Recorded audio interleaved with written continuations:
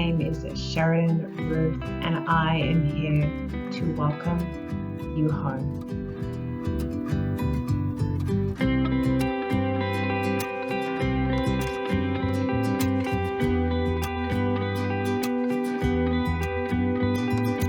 This is the Exposed podcast.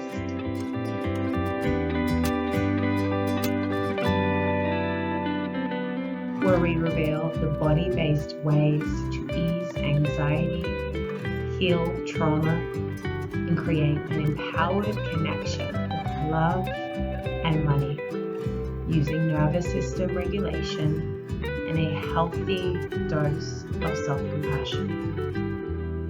Today we're talking to Kaitlin Cuevas, and we're talking all about productivity and how to get things done when you feel like you have no time at all.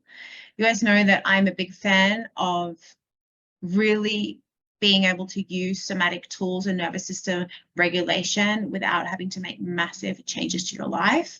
And so Kaitlin's expertise of time management and kind of is really complementary to what you guys have already been learning and listening to in your journey with me.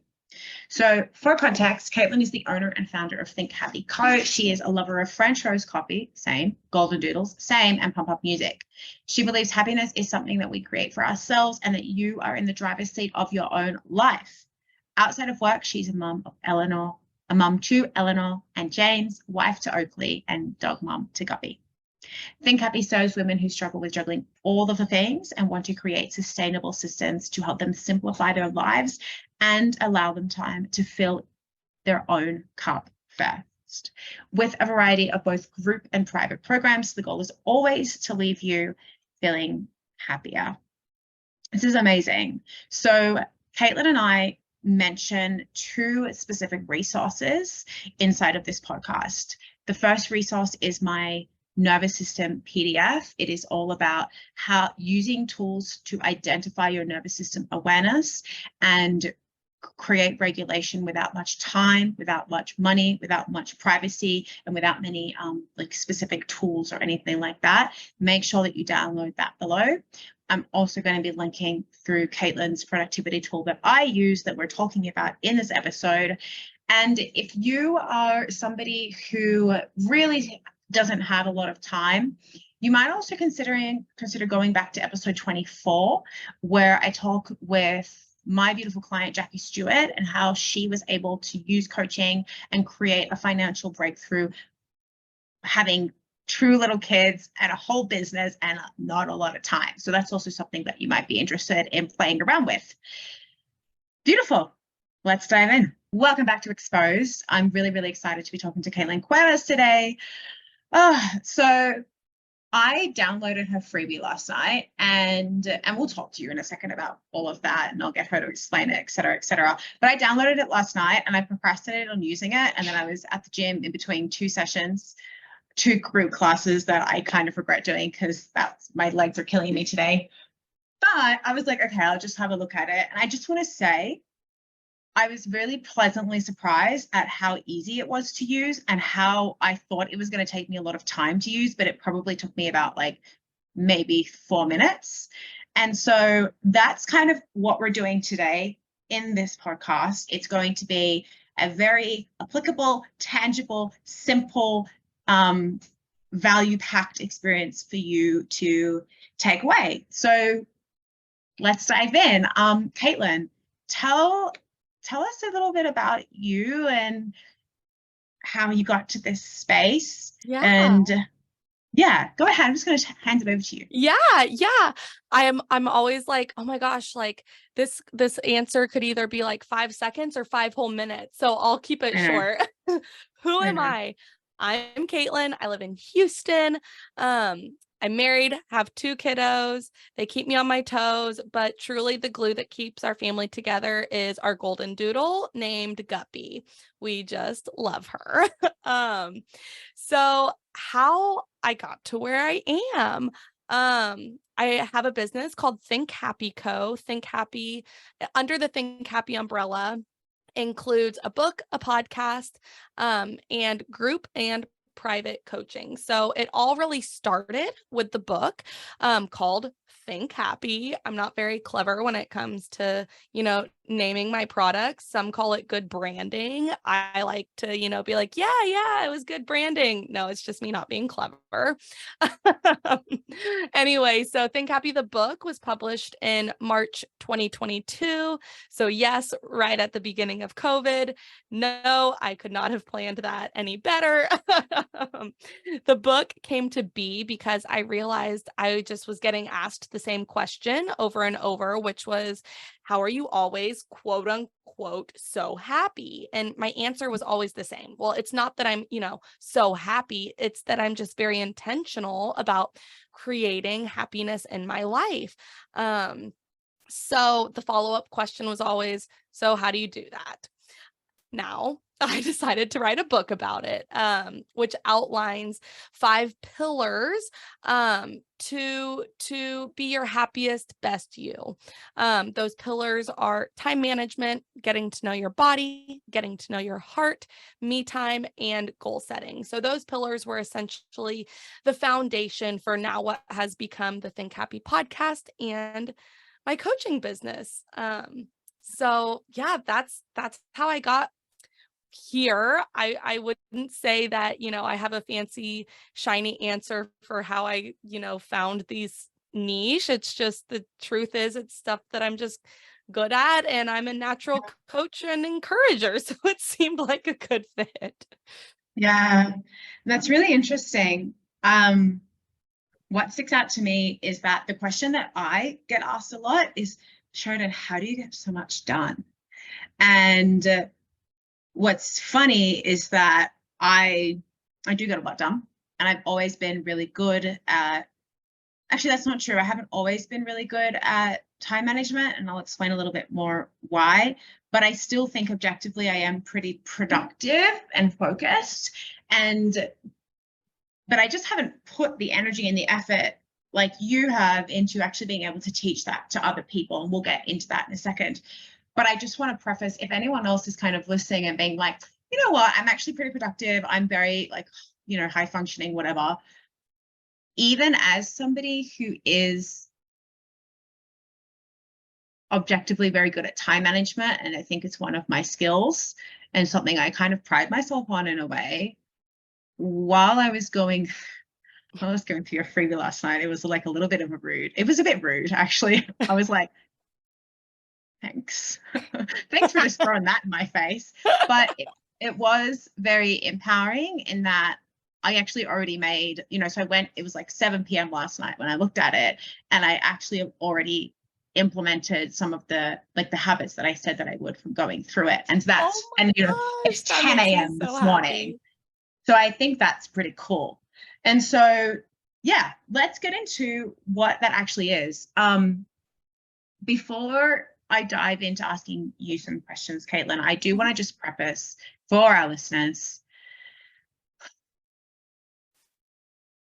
that, like I was hinting to, there is a nervous system reason why we will struggle with being productive and managing our time well. There are actually quite a few reasons, and I'll be speaking about them on Kaitlin's podcast further on. So yes, I'll make sure that I have that information. I'm like right now, oh my gosh, I'm getting like a sneak peek at this. I can't wait. I have a notebook ready to take notes. I can't wait to learn this stuff. So listen to this one, guys, and then we'll go and we'll listen to the others. And I will be going into it. But the sneak peek is that when your nervous system is in an activated state, so it's in a stress response, it might be that it's in a sympathetic stress response where it's kind of more anxious, or it's more angry and it's got this more activated energy that you kind of want to do and plan or run towards or from, or it's in a collapse. What's happening is that it's just perceiving that it's not safe. And so, you know what, it doesn't care about your to-do list. It could not care less. It has no interest at all in what your wise self knows to be important about your to-do list. And so I see this affecting productivity and what you do in different ways. We have the types of people, and I lean towards this one most of the time, where we are a little bit more sympathetic leaning, anxious leaning, and we will plan and like reorganize your Asana board and rewrite your to-do list and message people and be like, okay, are you ready? Like, I'm going to meet you at 3 p.m. in 3 weeks. Does that sound good? And we actually create this we're busy workers, and we do that like procrastination with busy work. Because it gives us this false sense of like, if I can control what my schedule looks like, how perfect my notebook is, how color-coded my calendar is, if I can control that, then it means that I'm being productive. It means that I'm not failing. It means that I'm safe, right? So we have this one space where we go. And that actually harms your productivity, but there's a nervous system reason that usually needs to be addressed as well.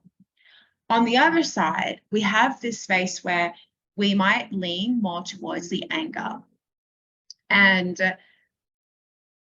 for anyone who has any familiarity with Ayurveda, we're not going to go into this in this space, but if you have any, like, this is your pitches out there.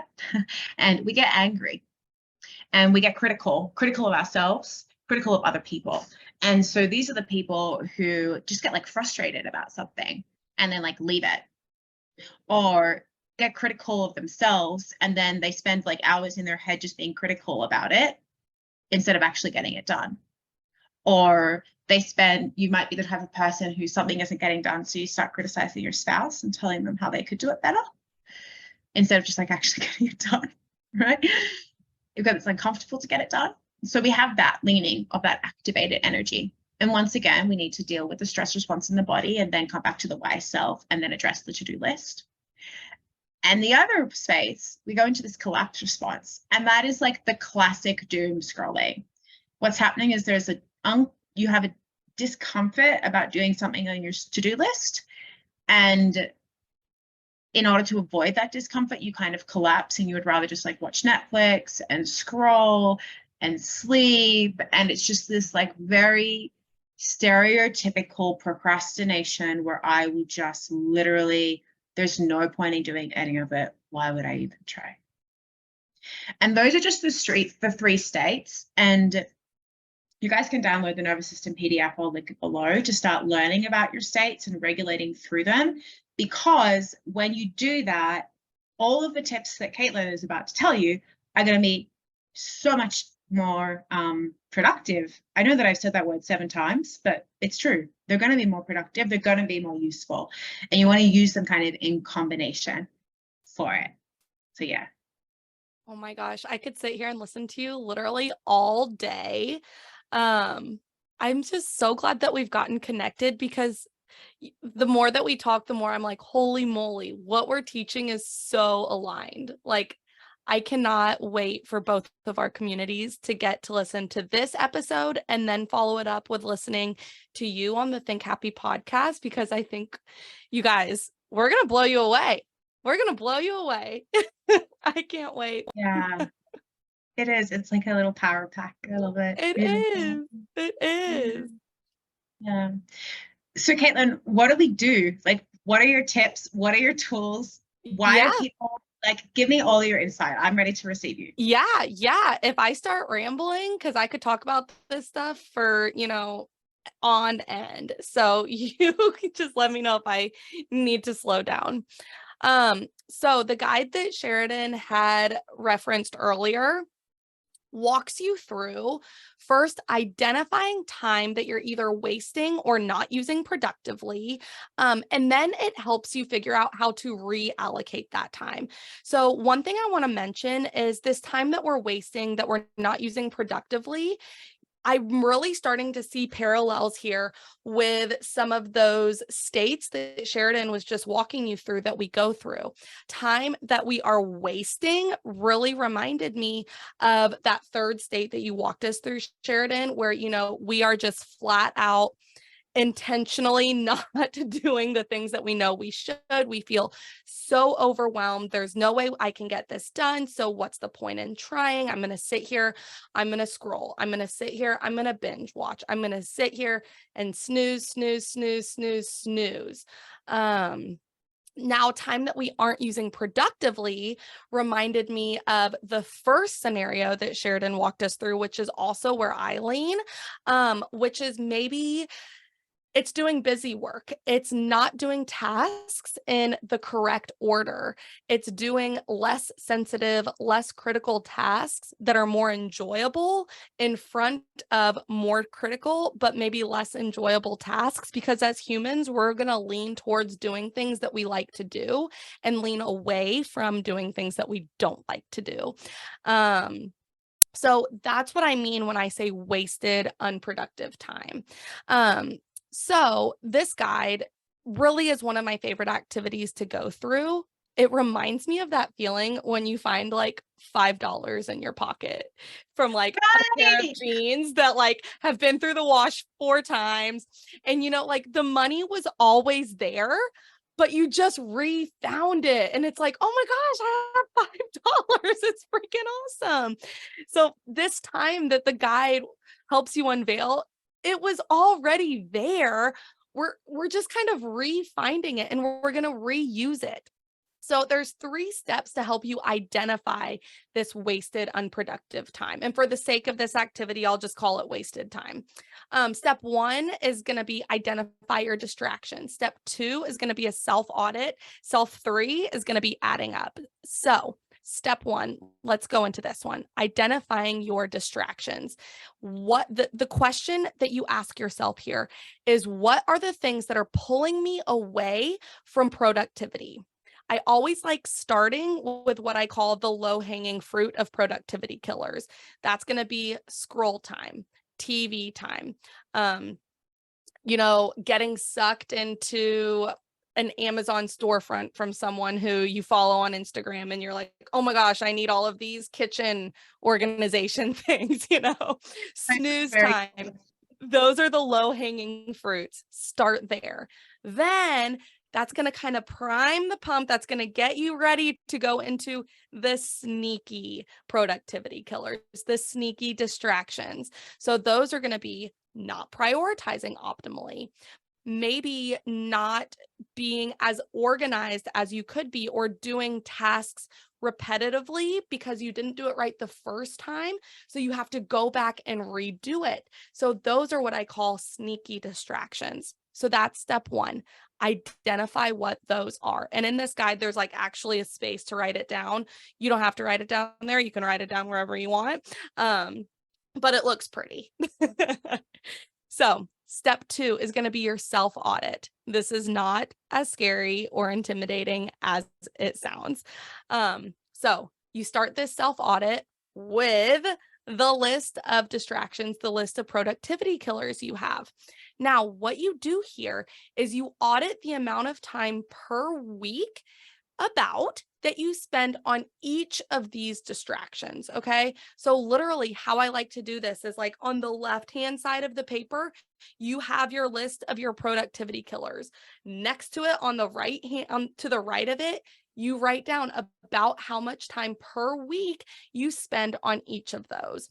I like using a week because sometimes a day just isn't enough. We might not do all of our productivity killers on one day.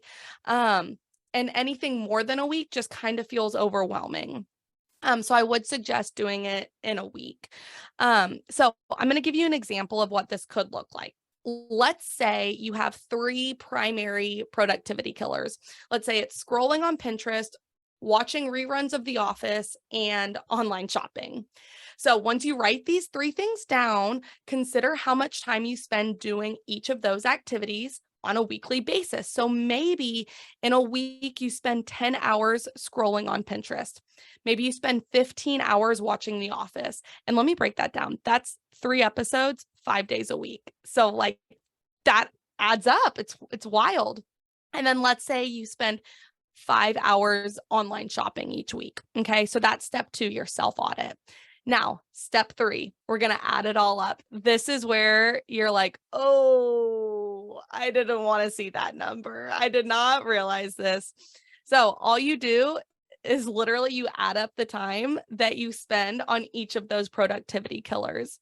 So we're going to, or let's use that example I just gave you with Pinterest, the office, and online shopping. If you add up that 10 hours of Pinterest per week, 15 hours of the office, 5 hours of online shopping, that is 30 hours per week of wasted, unproductive time. That is the time that you have available to regain. That's more than a full day. And when we go through this, I would never suggest that the very first time someone goes through this, they're like, all right, well, I have 30 hours available to be regained. I'm just going to go all in and cut out all 30 hours. No. That is not going to be sustainable. That is not realistic. We want to set yourself up for success. That's where part 2 of the guide comes in, which walks you through figuring out how to better use this newly found time in a way that is actually attainable for you, right? It is silly to think that you can just regain 30 hours of this time. And heck, I would never tell someone, oh, you got to totally cut out watching The Office. No. Right. No, that's just it. That's cruel. That's cruel. That's cruel. Before we wrap this episode up, I'm going to take a few minutes to share with you an invitation that will support you in taking this work deeper. There could be various reasons why you're here listening today. Perhaps you are a client, a friend, or a colleague. Maybe we just found each other, or maybe we've known each other for a while. What I know to be true is that you're likely here because you're ready to develop the tools to bounce back from the difficulties of life quickly and with more ease by having the tools to regulate your nervous system and find inner peace instead of inner conflict for good. You know that you are ready to say goodbye to the nagger inner critic voice telling you how you should be or getting stuck in the endless what ifs of anxiety. You're ready to know how to set boundaries with your loved ones in a way that increases the love, trust, and connection and doesn't just feel like isolating walls. And you are ready to finally increase your resilience and your body's ability to feel more in control of your big emotions without trying to manipulate them so that you can find your innate wisdom. You're ready to finally celebrate the growth of your relationship or your business without experiencing shame and guilt, even though you're experiencing quicker success than those around you. I support all of my clients in this through a framework of nervous system regulation, emotional alchemy, and self-trust cultivation. And this podcast is just the tip of the iceberg. This is why I'm extending an invitation for you to book a free expansion call, where on this call, we will dive even deeper into exactly what you need to go from feeling overwhelmed, managing big emotions, and falling into anxiety or depression as a result, to having the tools to regulate them quickly and with ease. In this free 30-minute call, you will receive free coaching and support around your unique personal situation. And we will explore whether or not coaching is going to be the best fit for you at this time. Some of the results that clients have achieved after just their expansion call are deep acceptance of their differences, so much that when they share their story now, they attribute most of their self-acceptance to this one 30-minute call, or signing a client right after the call because they leaned into the embodiment work, or feeling deeply seen and understood so much that now when they go to ask their partner for a hug, they no longer feel needy when they're doing it and they get the hug. Or switching one habit that they had when communicating with their partner for another and witnessing more harmony and peace in the relationship instead of resentment and nitpicking. And you deserve this too. So you will find the link in the podcast notes to lock your free call in ASAP. When you book this call, you can expect to walk away with clear, tangible ideas on how to apply this work to your life, and you'll decide if you would like to work with me one-on-one in the process of becoming more resilient and regulated. If you love scrolling Pinterest, and if that's how you find meal inspiration for your family each week, do it. The whole point of this is just to become aware and more intentional, right? And that's exactly what the second part of this guide does. It contains a handful of various journal prompts that help you create action surrounding what you just unveiled, right? So we don't want to just identify your wasted time and then continue being unproductive with it. No, that is counterintuitive. We want to identify it and then have some action behind it. It always reminds me of this analogy that my father taught us as we were growing up. And this analogy is, you can lead a horse to water, but you can't make the horse drink the water, right? So the whole point of this is you can have all of the tools in your toolkit, but you're the one that's in the driver's seat of your own life. Ultimately, you can be led to the water. You have to actually be the one that drinks the water. You can be led to identifying this unproductive time, but you have to be the one that actually makes the change and makes the tweak. Yeah. Yeah. And I think that's just, so while I was doing that, I found 8 hours of free time. Amazing. And I was like, oh my gosh, because there are so many things. Every single person I speak to is like, I would really love to XYZ. I just don't have enough time at the moment. And sometimes that's a very legitimate, not excuse, but real reason. That's not a bad thing. It's a very legitimate thing. And also, I think sometimes we can find the time when we have the skills to do so. Mm-hmm. But people are just we were thrown into this adult life, and we didn't always learn all of these skills. And so I'm really excited. You guys are just going to have to download it and play and use it, and then go and find Kaitlin's other tools and tips on her podcast and everything. But go and download it. Even if you're skeptical, I was skeptical, but I was like, well, she's on my podcast. I should probably do this. I probably do this. Yeah. And I'm actually really, really happy I did. And I just want to reiterate and say, yes, go slow, pick one thing at a time, and you're going to find it. And in that space, you're going to be able to do all of the meditation and the journaling and making meals at home and going outside and putting your feet in the earth and all of these things that are so good for us are doable in little increments of time. You guys know that I hate these. I don't hate them. I think rituals are really important, but I also am here for you to integrate all of these tools into your life. And by using Kaitlin's little PDF, you're going to be able to do that, which is really, really cool. So Kaitlin, thank you for helping me discover 8 hours of time in my life. Oh my gosh. Seriously, I cannot stop smiling because nothing makes me happier than hearing people have this aha moment after going through this activity, because I love it so much. Yeah, it's so simple and so good. So good. Thank you. So guys, go find it. Let us know what you're going to do with your new free time. We're really excited to hear. You will have all of the links, including our socials, down below. Kaitlin, any last things that you want to share? No, just thank you so much for having me. Thank you to your listeners for giving me real estate in their head today. And I hope it was, a productive use of their time and tuning in. Yeah, beautiful. And so, guys, we'll see you all on the other episodes over at the Think Happy podcast. We'll see you on socials, and we can't wait to hear. Bye. Bye. A big and special thanks to Upturned for composing this magical piece of music, and to GS Studios for mixing it. To find Upturned's other tracks or ask for your own special custom piece of music, go say hello using their contact details in the show notes.